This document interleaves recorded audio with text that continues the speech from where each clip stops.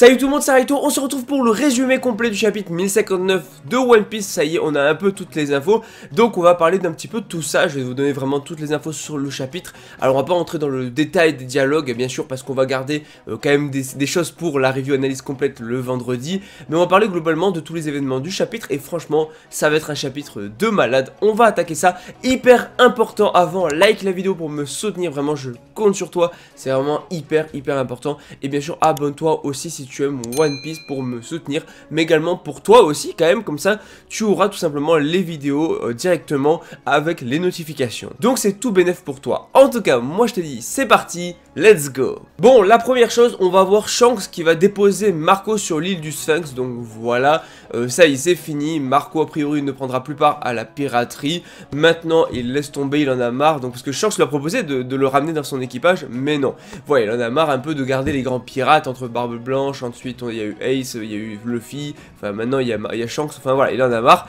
Bref, Marco je pense prend sa retraite en tant que pirate, et il dit à Luffy, parce qu'on a un petit flashback où il dit à Luffy justement que voilà, c'est la nouvelle ère, ça commence, c'est son ère à Luffy, donc forcément let's go. Mais je pense que franchement Marco on ne le reverra pas de sitôt, et que pour lui tout le monde de la piraterie c'est fini, il a pris sa retraite. On aura également un flashback avec Yamato, voilà, sur le pourquoi du comment elle veut rester à Wano.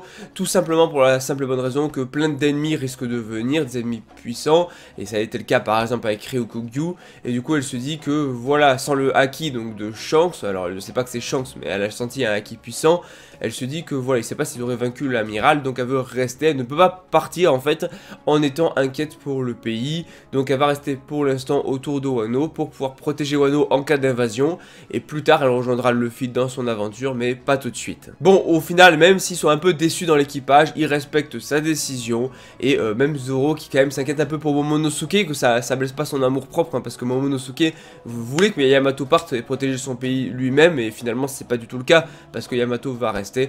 Mais en tout cas voilà, c'est pas les infos les plus croustillantes et les plus intéressantes du chapitre, donc on va passer à la suite. Bon, on va parler de Amazon Lily et de Boa Hancock. Donc du coup la marine avec Kobe qui sont partis sur Amazon Lily pour essayer de capturer Boa Hancock, hein, parce que je rappelle qu'ils ont lancé un assaut sur les anciens Shichibukai, donc du coup Boa est ciblé. Alors Kobe ne veut pas forcément lui faire du mal, il veut juste la capturer normalement, et en plus de ça il va se passer des grosses dingueries sur Amazon Lily qui est à moitié détruit. Il y a la marine qui est passée par là, en plus on apprend que la marine a de nouveaux pacifistas, donc à savoir les séraphins, et qui auraient de l'ADN de personnages puissants, parce que on nous parle à un moment de peau brune, de cheveux blancs, d'ailes, etc., qui fait penser clairement à King, mais apparemment on aurait également des pacifistas qui auraient eu l'apparence proche de Mihawk enfant, ou même de Boa enfant.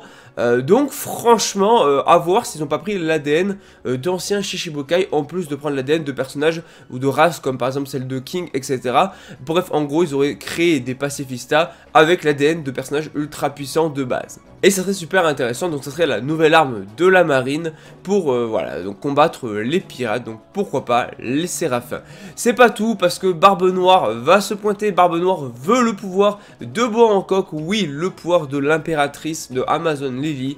Il veut son pouvoir et c'est juste excellent. Barbe Noire qui va débarquer comme ça va être incroyable. D'ailleurs il débarquera pas tout seul, parce qu'il est accompagné de Devon et de Vasco. Bon voilà, au final Boa Hancock avec son pouvoir va transformer en statue une grande partie des gens, aussi bien de la marine que de l'équipage de Teach, dont les deux que je viens de citer.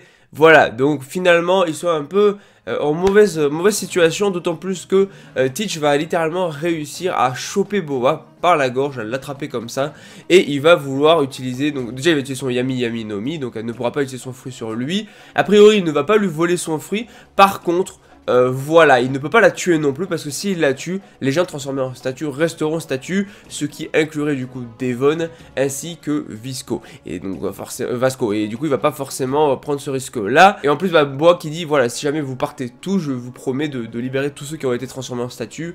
Mais Barbe Noire ne la croit pas et tout, c'est un truc de folie, il se passe trop de choses en fait. Mais bon, après c'est vrai que les pacifistas c'est la marine, donc forcément ils s'attaquent aussi à Teach et tout, qui est en mode qu'est-ce qui se passe, c'est quoi ce bordel, pourquoi il y a des trucs, des enfants qui m'attaquent comme ça, des enfants géants, parce que oui, les pacifistas sont des enfants géants.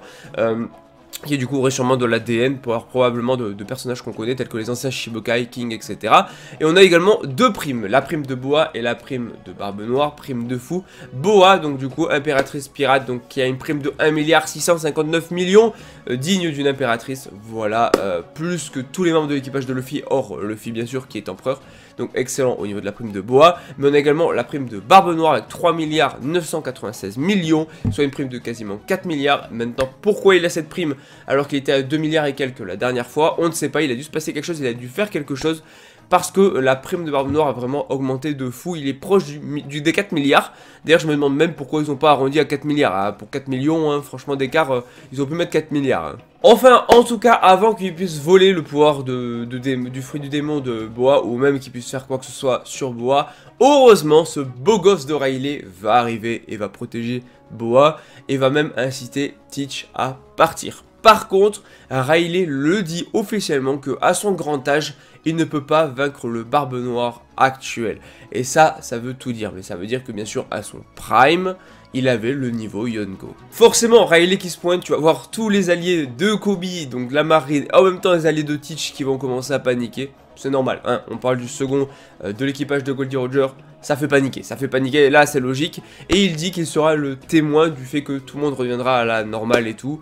Et que du coup, voilà, il arrive un peu comme tel un Shanks, donc forcément, Barbe Noire va devoir quitter l'île. Hein. Mais on a également une info, et déjà il n'est pas venu seul, il est venu accompagné de Shaki. Mais surtout, on apprend que Shaki était l'ancienne impératrice d'Amazon Lily il y a 2 ans, enfin 2 générations plutôt. Et c'était l'ancienne capitaine des Kuja Pirates, donc Shaku Yaku. Et franchement, voilà, juste c'est incroyable cette révélation de fou. Bon, ouais, désolé, Boa restera la meilleure impératrice, je veux rien savoir d'Amazon Lily, je veux rien savoir. Et enfin, dernière information, mais pas des moindres, on a donc du coup Kobe, le héros de Rocky Port, qui a été kidnappé par Barbe Noire. Maintenant, qu'est-ce qu'il veut en faire? Je ne sais pas, mais Kobe est sur les affiches, les journaux. Maintenant, s'en prendre à Kobe, c'est s'en prendre à Luffy et sa flotte, donc à un empereur. Parce que franchement, je doute que Luffy reste là sans réagir, sachant que Barbe Noire est déjà responsable de la mort de Ace, et que maintenant il kidnappe Kobe, qui sait pas ce qui peut arriver à Kobe, donc Luffy ne devrait pas rester sans rien faire s'il voit l'info. Et deuxième chose, la marine ne devrait pas rester sans rien faire non plus. Est-ce qu'on pourrait avoir une alliance comme à l'époque? Ça serait un truc de malade, ça serait un beau parallèle du coup avec ce qui s'est passé à God Valley, où justement on aurait une alliance entre Luffy, bon, alliance entre guillemets bien sûr, hein, alliance entre Luffy et sa flotte ainsi que la marine, tout comme à l'époque pour vaincre l'équipage de Rock D. Zebek, on avait donc Roger qui s'était allié avec Garp de la marine. Donc est-ce qu'on pourrait avoir cette véritable alliance, même si Akainu refuserait une telle alliance? Mais en vrai de vrai, ça pourrait faire un très très beau parallèle. Et en plus, peut-être qu'on pourrait relier Xebec à Barbe Noire. Voilà, on verra. Mais ça va être un truc de malade. Vraiment, là on a plein d'infos. Il va se passer plein de choses dans ce chapitre-là. Donc fallait que je vous fasse un résumé complet. Mais n'oubliez pas, vendredi, on a la review analyse complète. Où là on sera plus dans le détail avec plus mon avis dessus. Parce que c'est vrai que là, je vous donne les infos un peu brutes. Hein, je vous donne pas forcément trop mon avis dessus.